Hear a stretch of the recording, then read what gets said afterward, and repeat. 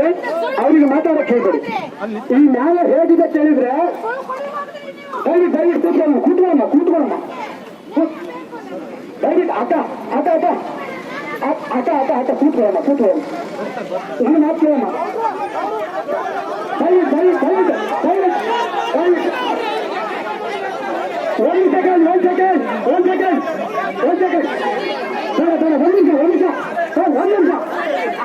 ಆಮೇಲೆ ಕೊಡ್ತೀನಿ ಮಾತಾಡ್ಬೇಕು.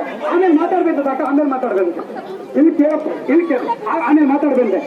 ಈಗ ಬಹುಶಃ ಏನಾಗುತ್ತೆ ಗೊತ್ತಾ, ಬಹುಶಃ ನಿಮ್ಮೆಲ್ಲರ ಅಭಿಪ್ರಾಯ ಉಂಟು, ಟವಲ್ನಿಂದ ಯಾವ ಮನುಷ್ಯನೂ ಅಷ್ಟೊತ್ತು ಸಾಯ್ಲಿಕ್ಕೆ ಆಗುದಿಲ್ಲ. ಹೇಳಿ ಟವಲಲ್ಲಿ ಏನು ಹಾಕೋತಾರೆ. ನಾನು ಇನ್ನೊಂದು ನೋವು ನಮಗೆ ಕಾಣ್ತಾ ಇದೆ. ಆತ್ಮಹತ್ಯೆ ಹೇಳ್ತಕ್ಕಂಥದ್ದನ್ನ ನಾವ್ಯಾರು ಹೇಳ್ತಾ ಇಲ್ಲ. ಆತ್ಮಹತ್ಯೆ ಹೇಳ್ತಕ್ಕಂಥ ಬಿಂಬಿತವಾಗಿದೆ ಅಷ್ಟೇ. ಇದು ಬಿಂಬಿತ ಮಾತುಗಳು. ಈ ಮಾತುಗಳನ್ನು ನಾವು ಒಪ್ಕೊಳ್ತಾ ಇಲ್ಲ. ಈ ಬಿಂಬಿತ ಮಾತುಗಳಿಗೆ ಸೂಕ್ತ ಪರಿಹಾರ ತನಿಖೆ ಮೇಲೆ ಆಗಬೇಕು. ಈ ಕೇಳಿ ನಮ್ಗೆ ಗೊತ್ತಿದೆ, FSL ವರದಿ ಹೋಗಿದೆ. FSL ವರದಿ ಬರಲಿ, ಪ್ರಾಮಾಣಿಕ ತನಿಖೆ ಆಗ್ತದೆ. ದಯವಿಟ್ಟು ಒಂದು CCTV ಫುಟೇಜ್ ಎಲ್ಲವೂ ಇದೆ, ಎಲ್ಲವೂ ಆಗ್ತವೆ ಅಂತಕ್ಕಂಥದ್ದು.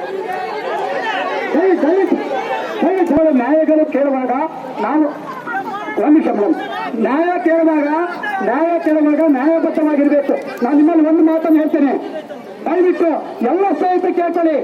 ನಮ್ಮ ಹೋರಾಟ ಇದು ಪ್ರಾರಂಭ, ಒಕ್ಕಲಿಗರ ಹೋರಾಟ ಅಂತ್ಯ ಯಾವಾಗ ಆಗ್ತದೆ ಕೇಳಿದ್ರೆ ನ್ಯಾಯ ಸಿಗುವ ತಮಗೆ ಯಾವ ರೀತಿ ಇರ್ತದೆ ಹೇಳ್ತಕ್ಕಂಥದ್ದನ್ನ ಇದೇ ಸ್ಥಳದಲ್ಲಿ ತೋರಿಸಿಲ್ಲ ಅಂದ್ರೆ ನಾವು ಸಿದ್ದಾಪುರ ಮತ್ತು ಒಕ್ಕಲಿಗ ಸಮುದಾಯದ ಅಲ್ಲ ಹೇಳ್ತಕ್ಕಂಥದ್ದನ್ನು ಹೇಳಿಕೆ ಬಯಸ್ತೇವೆ.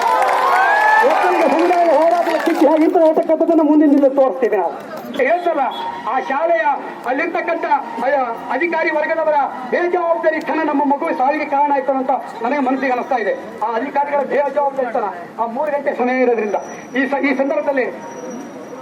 ಸಂದರ್ಭದಲ್ಲಿ ಇವೆಲ್ಲವೂ ಕೂಡ ಶಕ್ತಿಗತವಾಗಿ ಪರಿವರ್ತನೆ ಆಗಲಿ.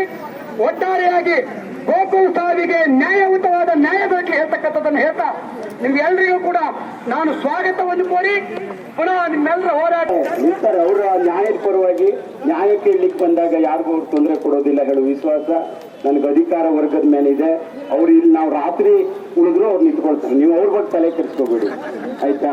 ನೀವು ಸಮಾಧಾನವಾಗಿ ನಿಮ್ಮ ನೋವನ್ನ, ಅವ್ರ ತಾಯಿ ನೋವನ್ನ ಹೇಳಲಿಕ್ಕೆ ಬಂದಿದ್ರಲ್ವಾ ಬಿಸಿಲಲ್ಲಿ ಯಾಕೆ ಕೊಟ್ಟಿದ್ದೀರಿ?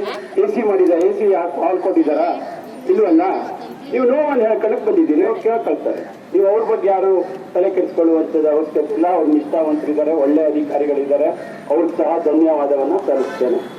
ಈ ಒಂದು ಸಂದರ್ಭದಲ್ಲಿ ನಮ್ಮ ಸಿದ್ದಾಪುರ ಒಕ್ಕಲಿಗ ಸಮುದಾಯದ ವತಿಯಿಂದ ಏನಿವತ್ತು ಒಬ್ಬ ವಿದ್ಯಾವಂತ ಬದುಕು ಬಾಳಬೇಕಾಗಿ ಆ ಒಂದು ಕುಟುಂಬಕ್ಕೆ ಮುಂದೆ ಆಧಾರವಾಗಿರ್ಬೇಕಂತ ದಯವಿಟ್ಟು ತೊಂದರೆ ಕೊಡ್ಲಿಕ್ಕಿಲ್ಲ ಸೇರಿಲ್ಲ. ಒಂದು ಸಾವಾಗಿದೆ. ಸಾವಾದಾಗ ಇಡೀ ಸಿದ್ದಾಪುರ ಜನತೆ ನಮ್ಮ ಪರವಾಗಿದೆ. ಅವರಲ್ಲಿ ಏನೋ ಟ್ರಾಫಿಕ್ ಆಯ್ತು ಯಾರು ಬೇಜಾರು ಮಾಡ್ಕೊಳ್ತಾ ಇಲ್ಲ. ದಯವಿಟ್ಟು ಟ್ರಾಫಿಕ್ ಆಯ್ತು ಯಾರು ಬೇಜಾರು ಮಾಡ್ಕೊಳ್ತಾ ಇಲ್ಲ. ದಯವಿಟ್ಟು ಶಾಂತ ರೀತಿಯಲ್ಲಿ ದಯವಿಟ್ಟು ಈ